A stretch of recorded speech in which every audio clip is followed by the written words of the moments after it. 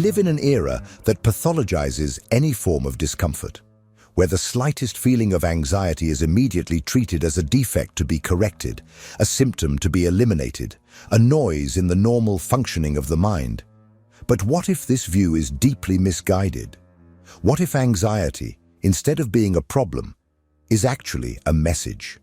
A kind of existential alarm pointing exactly to the places where the individual most needs to grow. It was Søren Kierkegaard, the 19th century Danish philosopher, who planted the seed of this revolutionary idea. For him, anxiety, or angst, as he translated in his original text, was not a psychological disorder. It was an inevitable consequence of human freedom. According to Kierkegaard, anxiety arises at the very moment when a human being faces the possibility of choosing, of changing, of becoming something different from what they are. It is not a reaction to a concrete threat, like fear. It is a response to pure possibility, to what has not yet happened but could happen. This distinction is fundamental. When a person feels fear, they react to something that is already there. A danger, a loss, an imminent pain.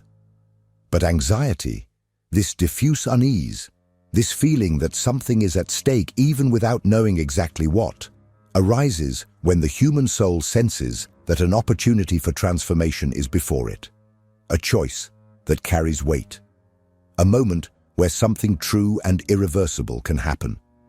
And here lies the central point. This anxiety is not a mistake. It is a sign of life. Kierkegaard argues that only those who are still alive to possibilities feel angst. Those who have not yet given up on becoming something more authentic. Those who no longer feel anxiety may have already resigned themselves to a predictable, mechanical existence, without risks, and therefore without true freedom. This video starts from this breaking point with the dominant narrative of contemporary psychology. It proposes a courageous inversion, not only to accept anxiety, but to understand that it can be an ally, that it contains precious information about what truly matters to you. That discomfort can be a compass, pointing exactly to where growth is trying to happen. Throughout this video, we will dive deeply into Kierkegaard's philosophy and the idea that anxiety is the vertigo of freedom. We will explore why anxiety arises in the most critical moments of life, how to reinterpret your physical and emotional symptoms, and most importantly, how to transform this force, often paralyzing, into an instrument of personal power and existential fulfillment. If you frequently feel anxiety, this video is not just about an abstract concept. It is about you, about your freedom, about your unrealized potential, about what scares you because deep down, it reveals you. To understand the hidden power within anxiety, one must return to the mind that perhaps analyzed it most deeply, Søren Kierkegaard. Long before anxiety was treated as a clinical disorder, he saw it as something infinitely deeper, a symptom not of weakness, but of human freedom itself. In his foundational work, The Concept of Anxiety, Kierkegaard does not describe anxiety as a mistake to be corrected, but as an inevitable sign of the human confrontation with its own potential. Kierkegaard draws an essential distinction. Fear is a reaction to something concrete, a specific threat, a visible danger, something that can be clearly identified. Anxiety, on the other hand, arises when we face possibility. It does not respond to what is, but to what could be. And this possibility, this freedom to choose and to become something different, is precisely what paralyzes us. Imagine someone about to make a decision that could change the course of their life, leaving a relationship, moving to another country, speaking a difficult truth, starting something new. The anxiety that appears in these moments does not mean that something is wrong. On the contrary, it arises because something deeply significant is at stake. Kierkegaard calls this the vertigo of freedom, like standing at the edge of a cliff and realizing that you can jump even if you won't. It is the terror of realizing that you have power, that you are responsible, that your choices create realities. This is the core of existential anxiety. It confronts us with our own capacity for choice. And the freer you are, the more anxious you may become. Not because freedom is bad, but because it demands responsibility, and that responsibility weighs heavily. Those who no longer feel anxiety may not be at peace. Perhaps they have simply stopped putting themselves in situations where something real can happen. Modern society, obsessed with comfort and anesthesia, has taught us to flee from anxiety as if it were a defect. But Kierkegaard inverts this logic. For him, anguish is a sign that we have not yet surrendered, that we are still capable of becoming something greater, that the spirit still pulses, restless within us. Instead of fleeing from anxiety, Kierkegaard proposes that we learn to listen to it, that we see it as a radar pointing to the moments when life calls us to grow, like an alert saying, "This matters, pay attention, you are on the edge of something transformative." And this leads us to the next inevitable question. What exactly is anxiety trying to show us? In the next section, we will understand why anxiety is not an obstacle, but rather a living proof that you are in touch with your true potential. If this content is making sense to you, click the subscribe button and subscribe to the channel. Thank you for your support. Most people see anxiety as an interruption, something that disrupts life, paralyzes decisions, and robs sleep. But Kierkegaard invites us to view it from a completely opposite perspective, as a symptom that something very right is happening. Instead of being a sign of collapse, anxiety is a compelling proof that you are facing something that has the power to transform you. Think of the moments when anxiety appears most strongly. Before a difficult conversation, before a major change, when you feel called to take a stand, to take risks, to act with authenticity. It's not a coincidence. Anxiety arises when your life comes into contact with the possibility of becoming more real. It is the internal signal that something is at stake, and that something is usually your own growth. Kierkegaard asserts that anxiety does not happen by chance. It is proportional to the magnitude of the possibility before you. The more important what is at risk, the more intense the anxiety will be. It is not the enemy, it is the indicator. You do not feel anxious about things that do not matter. No one loses sleep over an irrelevant task. But in the face of a choice that can reveal who you truly are, your body and mind go on alert, not because something is wrong, but because everything may be about to change. This is where most people fail, because we have been conditioned to interpret this signal as something negative. We have been taught to avoid discomfort, to escape any internal tension. But what Kierkegaard shows us is that emotional discomfort is not an obstacle to be avoided, but a path to be followed. It is the living trail that points to what matters most. And there is something even deeper here. Anxiety only exists because freedom exists. An animal does not feel existential anguish. A machine does not feel doubt. Only a being that is aware of its possibilities can experience the vertigo of choice. It is precisely because you can become something greater that you feel that knot in your stomach. It is because you still have hope, because there is still an open future, that anxiety appears. In other words, feeling anxiety is a privilege of the human spirit, a proof that you have not given up. So instead of asking yourself, how do I stop feeling anxious? Perhaps the right question is, what is this anxiety trying to show me about who I could be? In the next section, we will delve even deeper into this analysis and examine how modern society, with its promises of comfort and control, has trained us to flee from the very experiences that most reveal our inner power. We will understand why fleeing from anxiety is, in fact, fleeing from freedom, and how this may be keeping you imprisoned in a life that is not yours. We live in a culture that venerates comfort as the supreme virtue. From an early age, we are trained to avoid anything that causes discomfort, uncertainty, or emotional tension. If something hurts, anesthetize it. If something scares you, run away. If something takes you out of control, control even more. In this world, anxiety is seen as a flaw to be corrected, not as a revelation to be listened to. The problem is that by fleeing from anxiety, we are fleeing from the very process of psychological and existential maturation. Modern society has turned life into a risk management system. Safe choices, predictable trajectories, comfort zones perpetuated by technology, entertainment, and medication. But the more we try to protect ourselves from anxiety, the more fragile we become. We become less prepared to face real life, which is made up of difficult decisions, painful breakups, and radical freedom. Anxiety in this context has come to be treated as a generalized pathology. But are all forms of anxiety really dysfunctional? Or are we diagnosing as a problem precisely what should awaken us? Kierkegaard warns us, by silencing anxiety, we also silence the call of existence. Because it is precisely anxiety that alerts us to moments where something vital is at stake. When a young person feels anxiety about choosing a career, it is not because they are broken.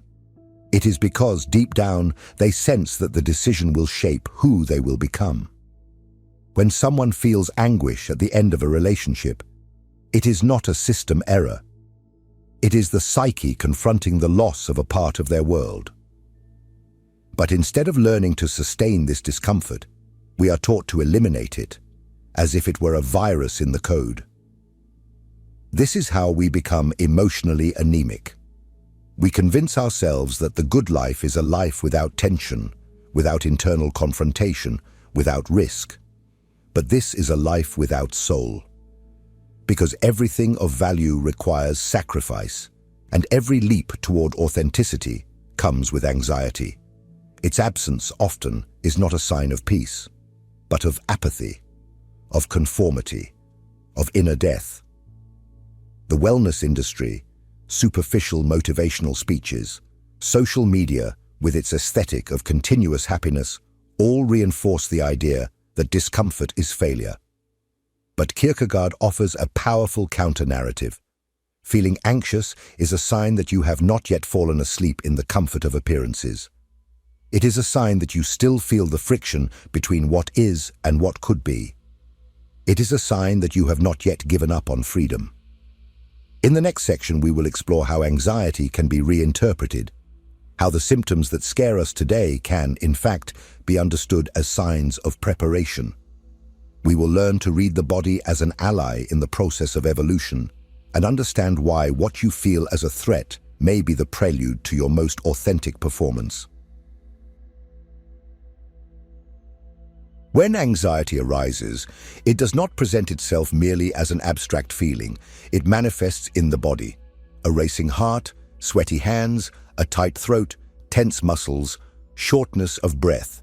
These are symptoms that many people immediately interpret as signs that something is wrong, as if the body is collapsing. But this interpretation is, in many cases, completely misguided. Kierkegaard teaches us that instead of fleeing from these sensations, we should learn to listen to them, decipher them, and more than that, reconfigure their meaning. These physical symptoms are, in fact, the body preparing for a moment of great importance. It is a state of activation, an energetic mobilization of the organism in the face of a situation where something significant is at stake. What you feel is not a biological failure. It is a force field being activated. The body is not trying to paralyze you. It is preparing you to perform, to act, to cross a threshold. The difference lies in how you interpret this activation. People who see anxiety as a sign of threat react with panic. They retreat, freeze, give up. But people who reinterpret this state as preparation for a leap, as the biological prerequisite for high performance, can transmute discomfort into drive. An Olympic athlete feels exactly the same symptoms before a competition, an artist before stepping on stage, a surgeon before a delicate procedure. The difference is that they have trained to understand these signals as allies, not enemies. This is the key. Anxiety can be transformed into power, but only if you change your relationship with it. The fear of the symptom is what amplifies suffering. The rejection of the experience is what generates paralysis. Kierkegaard did not use the modern terms of neuroscience or behavioral psychology, but his message is perfectly compatible with what we know today. The meaning you give to your internal experience profoundly alters how it unfolds. When you understand that your heart is racing, not because something is wrong, but because something is beginning, everything changes. Anxiety ceases to be an obstacle and becomes a green light, an activation signal, a summons. But this requires practice. It requires awareness. It requires the courage to stay within the discomfort long enough to listen to it instead of fleeing. And more, it requires a radical shift in how you perceive what it means to be prepared. Perhaps it is not total control. Perhaps it is precisely this pulsing vulnerability, this state of existential alertness that marks the exact moment when you are ready.